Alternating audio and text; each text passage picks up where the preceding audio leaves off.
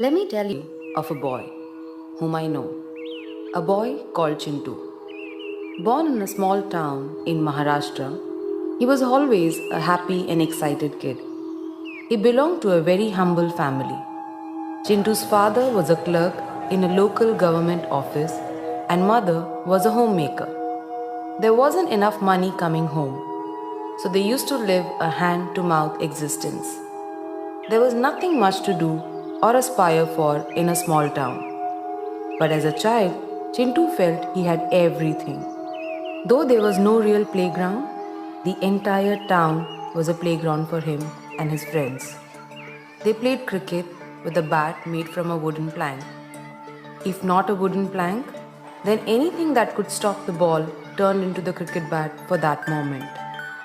Footwear was a luxury, so he used to play with naked feet for the whole day because slippers were only meant for school. The concept of buying toys was unheard of. A broken radio, old vessels, bicycle tires, pebbles, street dogs, cats, anything and everything around him became a toy for him. As a kid, he never felt that he's compromising anywhere because that's how the entire neighborhood was living their life. But as he was growing from a kid to a boy, he began realizing a few things along the way. Chintu used to run for miles wearing nothing in his feet. The mud under his feet was so soft that he never felt that he's running without slippers. Only when he stopped over a stone hidden beneath the soft mud, he realized that he's running without anything on his feet. Sometimes he used to run blissfully for miles together with just a tire of a bicycle. Until one day, he saw one of his friends on a new BSA SLR bicycle. He only had imagined the taste of ice cream looking at those ads on their black and white TV set. One day, when he asked for it, he got an answer from his father that it was not good for his teeth. The answer convinced him that the ice cream was not made for him. Every year, one pair of shirt and a trouser would be stitched with the help of a local tailor, specially to be worn during festivals, until he saw his friend wearing a t-shirt with a He-Man printed on it. He wore a broken Bata slipper with a safety pin attached at the bottom binding the strap together, until one day at the PT session, he saw one of his school friends wearing a white canvas shoes. Every year, he had school books either passed from his cousin or the neighborhood kids. But his classmates always bought new books for the new school session. When his school shorts became a bit too tight or short, his mom used to open the backside of the trouser and remove the folds so that it became looser and longer to be worn for another year. But he used to find some of his classmates come in brand new uniforms. As he was growing from a kid to a boy, he started realizing many things. But Chintu could never ask for anything from his parents because he knew that his parents didn't have the means to provide him what he wanted. When Chintu turned 7, his grandfather gifted him a flute and also taught him how to play it. When his grandpa passed away, Chintu kept on practicing the flute all alone sitting by the lakeside. This was his favorite pastime.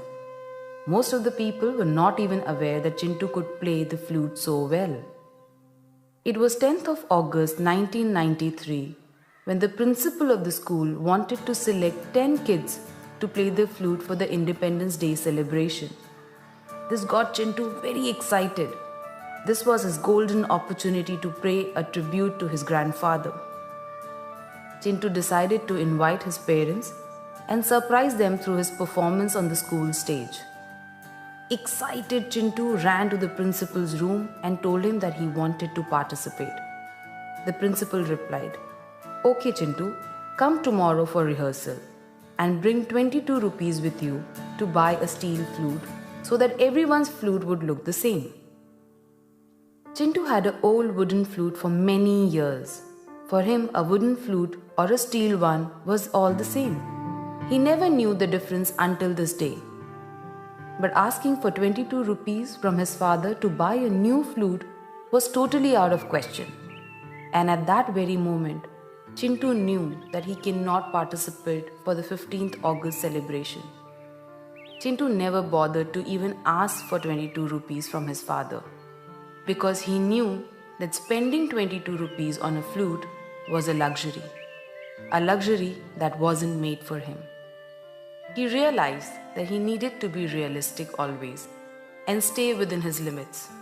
He could enjoy life to fullest while staying within his limits. That's all he knew. But that day something special happened and a dream was born. A dream to live a better life. A dream that Chintu wasn't really even aware of until now. But Chintu realized that if 22 rupees can kill his dream, then the same 22 rupees could also help him achieve it. That steel flute made him think over and over again. He ran to his father, hugged him and told him, "Papa, मुझे life में बड़ा बनना है." His father replied, "Beta, मुझे वो दिन देखना है." From that day, Chintu was not the same Chintu anymore. He started observing more whenever he went around his town. While walking, he used to observe the slippers he was wearing and what the other kids were wearing. He used to observe the bat that he was playing with and the rest of the kids were playing with, a shirt he was wearing and other kids were wearing. This is where he realized the difference between a wooden flute and a steel flute. As time passed, Chintu got a new hobby of collecting posters of sports bike and a sports car from old magazines and pasting them on his wall. One day while flipping a magazine, Chintu also found images of a steel flute and he pasted that on his wall. While staring at those posters, he grew into an adult. Slowly the posters started fading away. The colors became duller and the images started fading. As the years passed by, those posters got buried under the exam schedules, important notes, and catalogues of various MBA universities. The posters of a red Ferrari and a steel flute kept peeping between many catalogues that lay scattered. By now, many of his old friends started leaving the small town for post-graduation in various parts of the country. Chintu realized that in a small town, he will never be able to achieve what he wanted to achieve. A small town could never fulfill his dreams. Just like many of his friends, Chintu appeared for MBA entrance exam. Finally, he got through, but he had no money to pay. So he got the first loan of his life, an education loan. Chintu left his small town to pursue an MBA. He saw a race to become successful and climb up the corporate ladder. All he heard was name of big MNCs and the flattering designations like CEO, CFO, VP, etc. This is where he learned that to build wealth, he need to build a career. And he started believing that a degree of MBA will change his life. Now time came for the campus placement, for his job interviews. He borrowed a jacket, shoes and a tie. When he wore those clothes for the first time in his life, he felt that his life is finally changing. That tie looked so good on him. He took picture and sent it to his parents. He believed that this tie had the power to change his life forever. Chintu got a job. He passed through the interview of a big MNC in Mumbai and was offered a salary of whopping 22,000 rupees. The first thing that Chintu did was to call up his parents. He told his father, "वो दिन अभी दूर नहीं है जिस दिन मैं बड़ा आदमी बनूंगा." All his relatives started calling him one by one to congratulate him. Chintu was on cloud 9. Life couldn't be better. Chintu remembered his childhood where he couldn't afford the steel flute. He thanked that day because it had pushed him to do something about his life. He remembered the posters of the sports car he used to stick on a wall of his room and the promise he made to his father.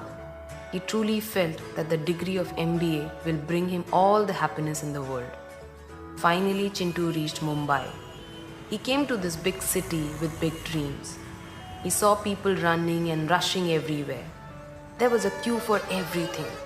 His office was in Andheri, but his salary only allowed to rent a house in Mira Road, and that was a bit too far. He started traveling by the Mumbai local train. He realizes that it was not easy to manage life in Mumbai. The job started. After the first salary of 22,000 rupees, Chintu withdrew the full salary of 22,000 rupees just to hold and feel those notes. For the first time, he was holding such a big amount in his hand. He remembered the day he couldn't afford a flute of 22 rupees, and today he had 22,000 rupees in his hand. He felt that he had arrived in life. From this day onwards, he felt that he had made it. He had ticked his dream to become big in life, and he got into comfort zone. The poverty of aspiration is what keeps people poor. It was his first weekend in Mumbai after holding the salary in his hand. For the first time, he entered an AC restaurant and bought a grocery from a supermarket. Finally, Chintu stepped into the mall and saw few brand names which he had always heard from MBA friends. He picked up 2 new shirts, ties, and trousers. He bought himself new shoes. Now Chintu could afford an auto rickshaw to roam around the city and to go to the office. When he came back home after shopping, he sat down on the sofa and cried a lot. The leather shoes were much better than Bata slippers. Auto rickshaw was definitely better than a bicycle. Having a ceiling fan in the room was better than having no fan. Shopping with trolley in the supermarket was better than Lala Ji ki dukaan. Chintu called his parents and told them, "Life is much better in Mumbai. Even atta is branded here. We don't have to go to Atta Chakki." A few years later, Chintu got married. Looking at Chintu getting more responsible, his parents got him married to a girl from their native place. Newly married life in Mumbai was blissful. The initial few days were all about going to movies, eating in restaurants, etc. But when the 15th day of the month came, Chintu realized that his pocket was empty and the salary was over in the blink of an eye. This is where he decided to spend wisely. Chintu never realized that he is short of money because 22,000 rupees salary had given him a life that was much better than the small town he came from. So he never felt that he was earning less. He felt it was useless to spend. To go out during weekends, they preferred a train because it was relatively empty on weekends. Instead of spending money on the auto rickshaw, eating peanuts and walking till the train station was considered fun. Getting down at Lower Parel, going to the biggest mall, only to take pictures next to the branded shops, then uploading them on FB, and getting maximum friends to like them was a different level of high. His friends used to comment, "Chintu, ab tu bada aadmi ho gaya yaar." And while reading those comments, Chintu felt he has finally reached where he wanted to in life. He used to wait for brands to go on sale. Then only he would enter inside the shop with his wife. He started making fun of those people who entered in the shop when there was no sale, making it look like a complete waste of money. Whenever his wife would show him a bike, he would say, "It's not safe to drive in Mumbai." When his wife would show him a car, he would say, "Why waste so much petrol? Only for 2 of us?" A different level of arrogance was slowly creeping within him. He called himself street smart than poor. He started giving advice to people on how it was plain stupid to spend money. He said, "Even if I had that money, I will not spend it on luxury," he declared. "Apne itne bade sapne thodi na hai," was his usual answer. A different level of poverty was growing in his head, which he never realized. Instead of growing his income beyond 22,000 rupees, Chintu was more focused on how to save and where to cut corners. After a few years, after living for a couple of years in Mumbai, Chintu managed to get a bank loan and bought his own house. Soon he was blessed with a very bright son. When he turned 6, Chintu had taught him how to play a flute. Chintu gave him the same wooden flute which he played as a kid. And when he gave the flute to his son, he told him, "This wooden flute pushed me to come out of the small town and achieve all my dreams." Chintu never realized that he has still not made it in life. One day, Chintu dropped his son to school, and as he was late for work, he reached the railway station. He saw the train approaching the platform from the opposite side. Chintu knew that if he misses this train, then his boss will see him walking late to work, and that might become his excuse for not giving him an increment. All these thoughts were playing in Chintu's mind. As the train entered into the platform, he crossed over the railway tracks to get inside through a shortcut. But by then the train was extremely close to him. And after that, all he could feel was that he was thrown and he blacked out. Chintu didn't feel anything and he felt as if he's getting uplifted. Slowly he realized he's walking, but he couldn't feel his body anymore. He couldn't see anyone around him. All he could feel was a foggy atmosphere, with no one to hear him. He screamed again for help. He screamed and called his wife, his son, his father, his mother, but there was nobody to hear him. And finally, as the fog cleared, he found himself walking on a lonely path towards a ferry. Yes, it was a ferry for real. He ran towards the ferry to ask what was happening to him. But ferry was quiet. Chintu saw tears in her eyes. He realized that something had gone wrong. But still, like an angel, she became Chintu's guiding star in that moment of darkness. She guided him to his house. Immediately he ran into the lane, but strangely he couldn't feel his feet. The ferry was behind him all the time, flying and following him. He started running towards his house and reached the doorstep. He was shocked to see what has happened. His wife and kid and his parents were howling and crying out loud in front of his photo. His relatives, neighbors were all around crying with him. When he tried to touch his son and his father, they couldn't feel anything.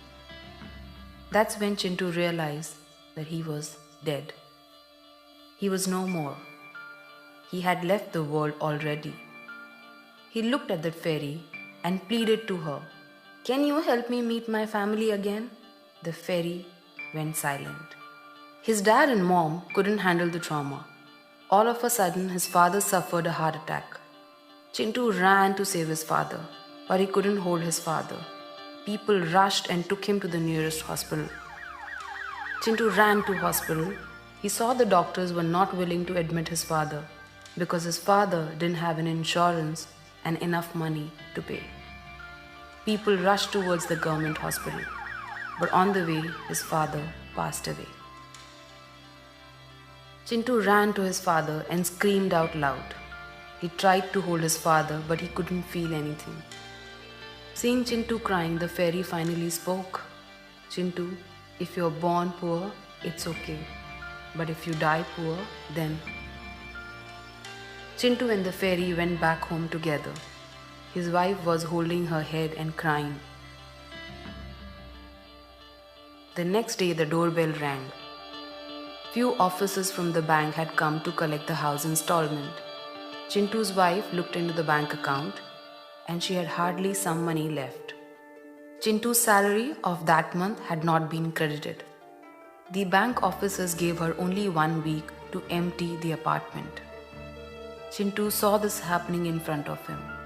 Chintu felt helpless and tears rolled down his eyes. His belief in his job and monthly salary had costed him his life and his family's life too. He saw overnight how his wife had to relocate to the nearest chawl. She rented one room with a common toilet and continued her life in Mumbai just to keep her son's education going. Next day, she visited the bank and claimed Chintu's bank account and found there's hardly some money left in his bank. That money was not even enough to pay her son's education in a city like Mumbai. Then his wife decided to take up a job. But with her monthly salary of 5,000, she could pay only the rent of the house and the monthly grocery.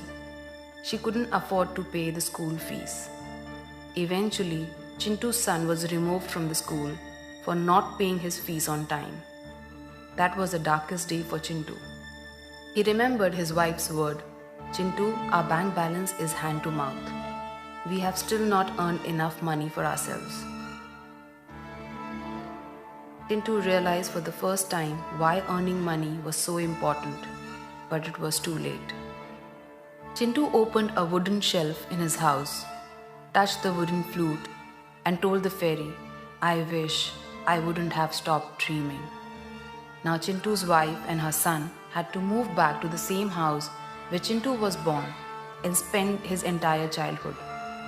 His wife got her son admitted in the same school where Chintu had studied. Chintu saw his son going back to the same school and living the same life which he had lived years ago. He saw his son running around the same lake, the same lanes, and the same small town. He realized that his job had not taken him too far. It has in fact brought him back to square one. Chintu's son used to play the flute in his spare time.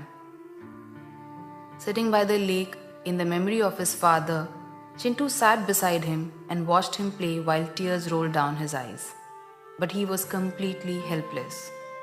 While Chintu was sitting by the lake, the fairy appeared. She told Chintu, "Sometimes people spend years and travel thousands of miles thinking they are working very hard. And they feel they have done enough for their families. But they are actually running only in circles and often realizes it when it is too late." One day, Chintu's son was playing the flute sitting on the steps of the school premises. His teacher, who was passing by, noticed him. He told him, "You play the flute so well. Why don't you participate in the 15th August celebration?" Chintu's son was very excited to hear this. But then the teacher said, "The flute you have is very old. Get a new steel flute or bring 200 rupees. I'll buy you a new one." After listening to his teacher, Chintu's son realized that 200 rupees was a big amount for his mother. He was not willing to burden his mother in a situation where she is helpless. All the while, Chintu was watching this whole incident. Chintu's son ran home, hugged his mother and cried a lot. He told his mother, "Mummy, मुझे life में बड़ा बनना है." Even his mother told him only one thing, "बेटा, मुझे वो दिन देखना है." Life had taken full circle. Chintu realized that he was only one step away from going back the same point where he had started his journey. Chintu screamed out loud, but there was no one to hear him except a fairy. The fairy went to Chintu and told him, "Chintu, you have realized that there is a big difference between owning a wooden flute and a steel flute. There is a difference between living in a house in Mumbai and owning a good house in Mumbai. There is a difference between driving a car and driving a luxury car. The difference is either you have control over life or let life and situation control you." Saying this, the fairy held Chintu's hand and placed a steel flute and told Chintu, "It's time to wake up." As soon as Chintu touched the steel flute, all of a sudden he could now feel his body. He could hear noise around him. From the noise, he heard someone calling him, "Papa, Papa, wake up. Papa, Papa, utho na." Chintu could recognize that it was his son's voice. He opened his eyes and found himself in a hospital. He realized that he was actually alive. He had fainted with the shock of a train coming close to him. Chintu got his life back, but he had woken up for life.